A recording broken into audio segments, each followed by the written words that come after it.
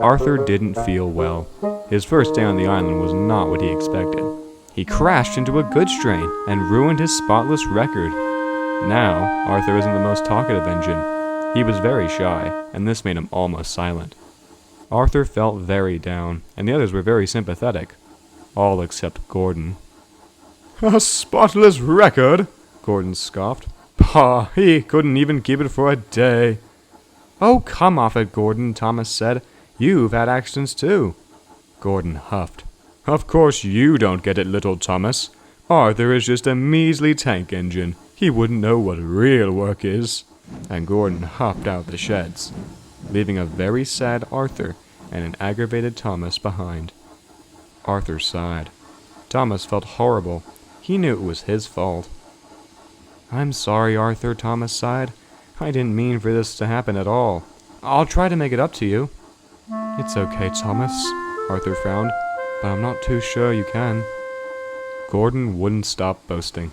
Every time he called out to Arthur and Thomas, "This is what real work is like." This made Arthur feel even sadder. Thomas was still wondering how to help until he had a very cheeky idea. His crew talked to Gordon's crew and the fat controller, who chuckled and agreed. The next day, Gordon was just waking up when Thomas puffed in. "Having trouble?" "Driver says there's something wrong with my tender brakes." "Oh well," said Thomas, trying to look pained. "Try to get to the station soon," and he quickly chuffed away. Gordon's crew had fixed his brakes, and he finally pulled into Knapford to see the station clear and the coaches not at the platform. "Where are my coaches?" "Oh, those?" Thomas smirked. "Arthur took them." "What?" Then the station master came up. "Oh, great, you're here, Gordon. Arthur has taken your coaches, so you must take his goods train." Gordon was aghast at what he heard. "Goods? But, sir—" But there was no arguing. The arrangements were already made, and Gordon sulked as Thomas cheekily shunted a goods train behind him. "Maybe this'll teach you about real work," he chuckled. "I hope Arthur's having a good time," he thought to himself.